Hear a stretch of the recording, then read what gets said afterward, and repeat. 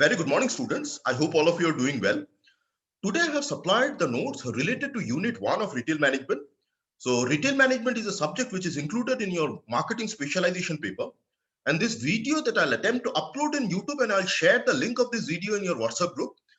Here, I have discussed the notes that I have supplied. So, of course, you can understand that both the notes as well as the video which discusses the notes are relevant only for the marketing specialization students. And since the contents of the first unit of retail management is very small, therefore we can afford to complete it in one class. So after the class today, we will complete unit 1 of retail management. Please study the unit 1 of retail management because this is the unit from which the questions of the first unit test will be set. As you know that the first unit test is knocking at your door. So it will happen probably before 15th of August.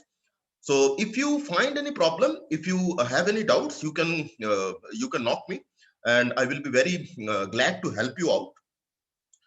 So the subject retail management basically deals with management of retail activities. Now, of course, you can understand that retailing is an activity that have been booming for the last few decades in India and across the world.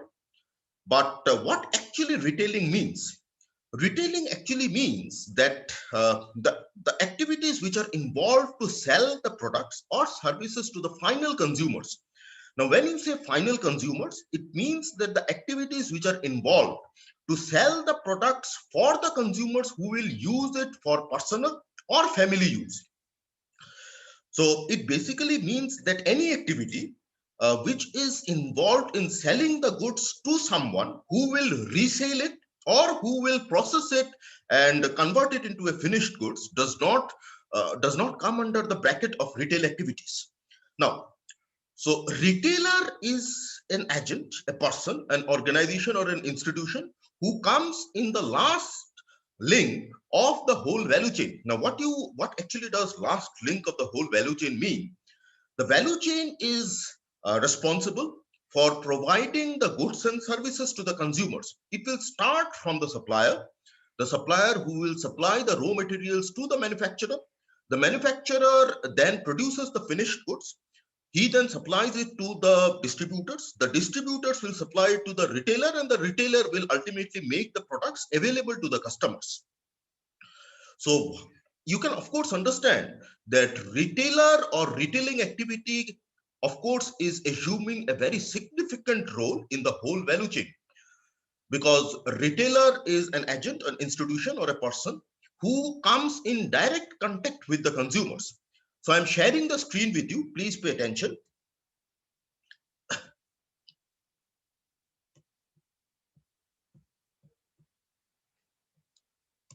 So I'll enlarge it for you.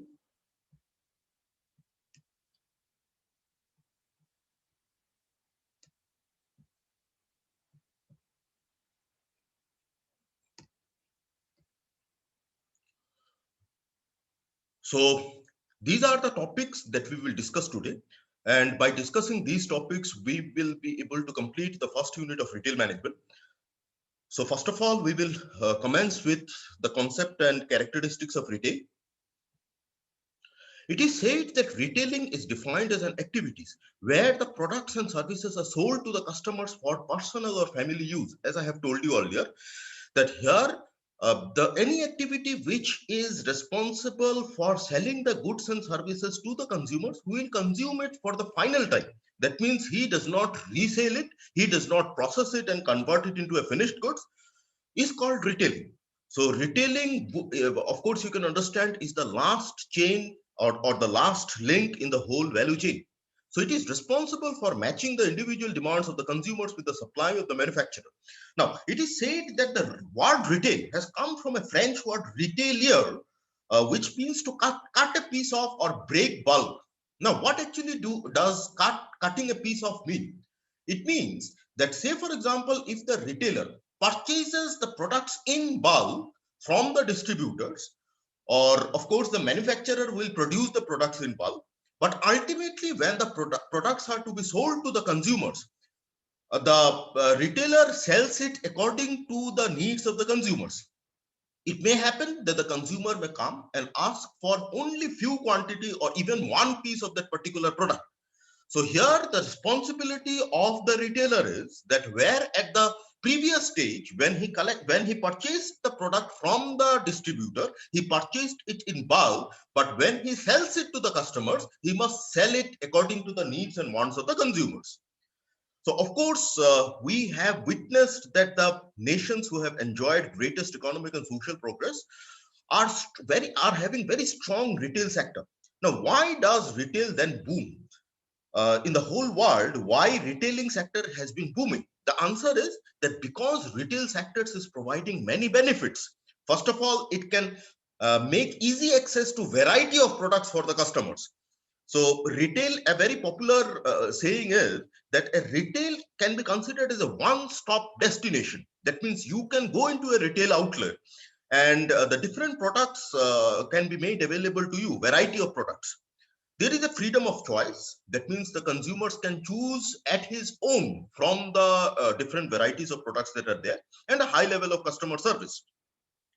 So a retailer, of course, anticipates the customer wants and communicates it to the manufacturer. Why? Because a retailer is someone who comes in direct contact with the customers. A common perception is that for retailing activity, you need to sell the products in stores, but this is not the correct perception, because any product can be sold without having a physical store. For example, you can sell it through internet. At the same time, it may not happen that you are selling a product or a goods to the consumers. You can also sell a service to the consumers. That can also be considered as retailing. So based on the discussion that we have had in the previous slide, so these are some of the characteristics of of retail. First of all, the selling is made to the final consumers. The most important characteristics is that retailing involves the sale of products to the final consumers, not anyone who comes in the intermediate stage. Now, there are various channels. There are various channels in the sense that retail can be done in person. So face-to-face interaction, you can conduct the retail activities. Now it can be done through physical stores or internet. Now look at the third and the fourth point. The third point says that the order size handled by the retailer is much smaller, because in case of a manufacturer, the manufacturer produces the goods in bulk. Then when it supplies it to the distributors, then to the retailer, slowly and gradually the size of the orders reduces. So here you can understand that for a retailer, the size of the order will be small, but there will be large number of orders. Or you can say that a retailer basically orders different varieties of goods from the distributors. You can of course see that in any grocery shop, you will find different varieties of goods. It means that the retailer has ordered more varieties, but for a particular variety, the size is not as large as what was purchased during distribution stage or what was produced during the manufacturing stage. Now, of course, you can understand that there are wide variety of customers that a retailer needs to handle. The retailer handles a wide variety of customers and keeps a large assortment of goods. Now here, assortment is a jargon or a term which is frequently used in case of retail. Assortment means variety. So the retailer keeps many varieties of goods at his store. Now, evolution of retail in India. Now, you can, if you go back at the ancient or a primitive time, then you can of course understand that barter system was the first form of business. But let us not go that far. After that came haats, mandis, and melas. Now, haats, mandis, and melas were like routine setup of business that could take place either once in a week or once in a month. Mandis were more regular. Melas were less frequent. But you can say that these were also institutions that were incorporating the concept of retail. That means many products, many varieties of products available at the same place. So for centuries, most of the merchandise were sold in this format. Even now, if you go to some rural areas, you will find that melas or mandis are being organized once in a week. Say, for example, in Thursday, they announced that today is the bazaar day. So you can witness this to be prevalent even now in some of the rural areas in India. But you know that the mandis and melas were not were growing, but the growth was very slow. At the same time, the customers were relying upon the local sources for perishable goods. Now, when it comes to specialty items means sophisticated. Now, at that point of time, sophisticated items were less, but still, whatever, at that point of time, however sophisticated items were defined, for that, the consumers used to travel long distance, and there were also international trade at that point of time. There were peddlers. Peddlers means who used to walk long distance, to collect the products and sell it to a particular community. So those peddlers could be termed as early entrepreneurs because they identified the opportunity of a particular community. They used to collect the products for those community and sell the products to the people of that community. Now, after independence in 1947, when British left, at that point of time, India was suffering from acute poverty because the whole economy was in the hands of British. Now, when British left, India found themselves in a lot of trouble. So they had to then devise a mechanism by which they can come out of it. But at that point of time, retail was, of course, there have been planning commissions and all those things that came after that. But retail at that point of time was basically focused on, meeting only the basic needs. The luxury items were not included at that point of time. A famous term which was used at that point of time was Kirana stores. Kirana basically means the grocery stores or the in Bengali what you call as Bhushimaler Dukan. এখন যেটা মানে today what you find at the nooks and corners of the place or at the point of your lane you can find. So these Kirana stores were also called as multi-purpose departmental stores. Multi-purpose because it used to stock multiple utility. Now there was also evolution of PDS system. PDS system was introduced during British World War II. This system basically meant that how would you distribute grains or the crops that at that point of time the farmers used to cultivate to different people in that particular society. We commonly know it as rationing system. মানে যারা बांगाली ওদেরকে বলছি এখনো আমরা ration ration বলতে या फिर ration बोलने से हम लोग अभी भी वही समझते हैं कि how do you purchase the grains and how do you purchase the household food items for your family. So this was the system during public distribution during the World War II public distribution system. Rationing basically means that you justify that how do you distribute the items to different families. Then under KVIC means Khadi and Village Industries Commission, there were many industries which came out, which came out, and those were basically dealing with apparel, garment sector. 1980s saw the emergence of Bombay Dyeing, S. Kumar and Raymonds. I don't know whether you have heard the name of Bombay Dyeing and S. Kumar, but I believe that all of you have heard the name of Raymonds. It still exists. Are the companies which came out during those time. Later, Titan is a product of Tata. It launched showrooms in the organized retail sector. You can classify evolution of retail in India in 4 stages. First of all, the stage can be considered as pre-economic reform. You can understand that economic reform took place in 1991. So before that, we can classify it as pre-economic reform. Then post-economic, that happened after 1991, 1990 to 2005. Retail expansion stage and consolidation stage. So let us discuss. Now, in pre-economic reform stage, it was found that whoever was the manufacturer, they would set up their own retail sector. For example, at that point of time, Bombay Dyeing, Raymonds, S. Kumars, the manufacturer would set up their own retail outlets. Then it was followed by Bata in footwear. Post-economic reform stage saw a rise of modern retail.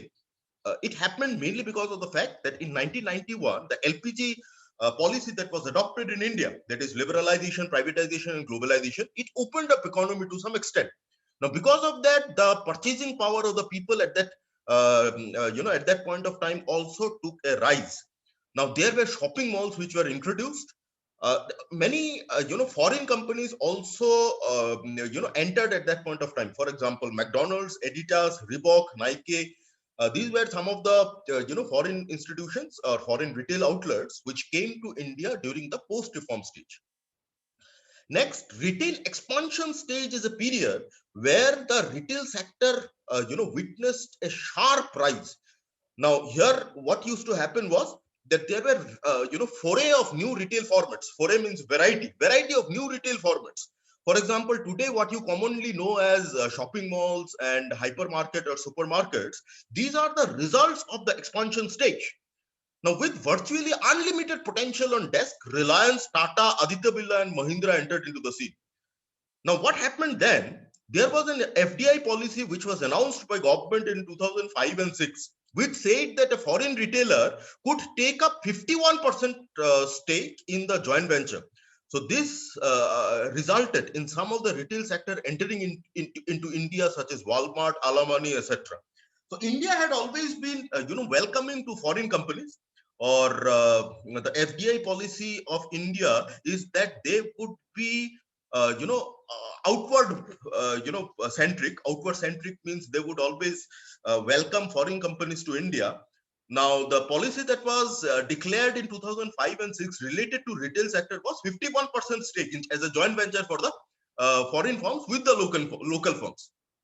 So as a result, some of the foreign companies came to India, but that meant that there would need to be a consolidation. Consolidation means that now the Indian retail need to exercise some restraint, because they witnessed that although there was a handsome fraction of the market share, it has risen from 0 to 8% within a very short period of time. But since there was an approval of FDI, therefore some of the indigenous, domestic Indian companies were hit hard by those foreign companies. Even at that point of time, or even today, many of the customers believe that foreign brands are better than the Indian brands.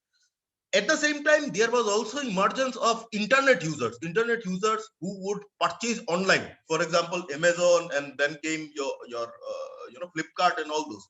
This has also made life very troublesome for the Indian retailers. So now the position is that retail sector, although it has witnessed growth, there is no doubt about it, but there is still a stage of consolidation. So let us go through the contemporary scene today. Now, retail industry is constituting 15% of GDP in India. 15%. You can imagine that how retail sector is booming in India. Now, India's retail market is one of the top 5 markets and one of the fastest growing in India.